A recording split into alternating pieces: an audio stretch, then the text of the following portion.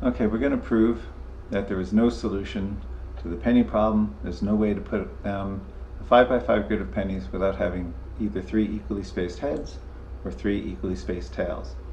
We're going to use a method called proof by contradiction, where we will assume there is a solution, we'll analyze the solution, and show that it couldn't really have existed.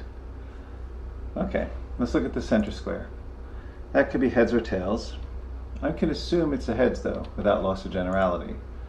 For if our solution, our alleged solution, had a tails there, I would just flip all 25 pennies over. It would still be a solution, and now the middle would be heads. Okay. Now let's look at these two squares here.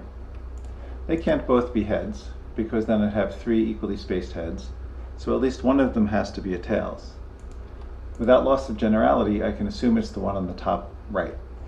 For if it was the one down here on the bottom left, I could just take my pennies and rotate the board, and then I'd have my tails on the top right. Same thing here. These two corners cannot both be heads. At least one of them has to be tails. And I'll assume without loss of generality that it's this one. For if it was this one down here, I'd then have tails, tails like this, and I would just rotate the board counterclockwise 90 degrees, and I have my two tails like that. So if there's a solution, then there has to be a solution where there's heads here and tails in those two corners. Let's analyze our solution a little bit more. The solution cannot have tails there, because then they'd be 3 equally spaced, so he has to be a heads. Now this square here in our solution could not possibly be a heads, for then we'd have 3 in a row here, so it must be tails. Similarly, this square down here cannot be heads, because then we have these 3 equally spaced, so it must be tails.